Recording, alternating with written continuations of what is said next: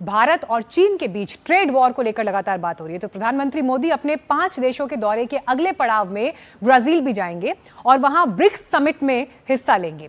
इस संगठन में चीन भी शामिल है। हालांकि बीजिंग के शिखर सम्मेलन को लेकर अपडेट यह आया है, कहा गया है कि चीन के राष्ट्रपति शी जिनपिंग इस बार ब्रिक्स समिट में शामिल नहीं होंगे और उनकी जगह चाइनीज प्रीमियर आएंगे। यानी इस बार राष्ट्रपति शी जिनपिंग और पीएम मोदी एक फ्रेम में नजर नहीं आएंगे। इसी खबर के बीच एक और डेवलपमेंट हुआ। चीन ने अपने मोबाइल इंजीनियर्स को भारत से वापस बुला लिया। चीन ने ऐसा क्यों किया?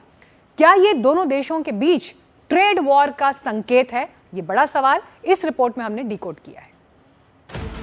क्या चीन और भारत के बीच ट्रेड वॉर शुरू होने वाला है? क्या भारत की बढ़ती ताकत से चीन परेशान हो गया है? सवाल इसलिए है क्योंकि चीन ने अचानक भारत से अपने 300 से ज्यादा इंजीनियर्स और टेक्नीशियंस को वापस बुला लिया है। ये वो इंजीनियर्स थे जो आईफोन की प्रोडक्शन यूनिट और सप्लाई लाइन से जुड़े थे। इंजीनियर तमिलनाडु और कर्नाटक के कारखानों में काम कर रहे थे और नेक्स्ट जनरेशन वाले आईफोन 17 की तैयारी में महत्वपूर्ण भूमिका निभा रहे थे। सब कुछ ठीक था, लेकिन अचानक चीन ने अपने लोगों को वापस बुला लिया।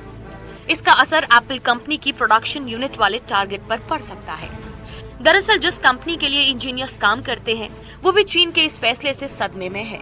फॉक्सकॉन इन चीनी एक्सपर्ट्स को लेकर आई थी। वो लोकल टीम को गाइड करते थे, उन्हें बताते और समझाते थे, सारी बारीकियां समझाते थे। लेकिन अब कंपनी ताइवान समेत वियतनाम के एक्सपर्ट से इस कमी को पूरा करने की कोशिश कर रही है। भारतीय कर्मचारियों को भी ट्रेनिंग दी जा रही है। आशंका है कि काम की रफ्तार धीमी पड़ जाए। सवाल है कि चीन ने यह कदम क्यों उठाया? एक्सपर्ट्स को लगता है कि भारत जिस तरह से मैन्युफैक्चरिंग सेंटर में आगे बढ़ रहा है, उससे चीन बेचैन हो रहा है। इस तरह की सोच भी है कि चीन नहीं चाहता कि भारत तकनीकी रूप से आगे बढ़े।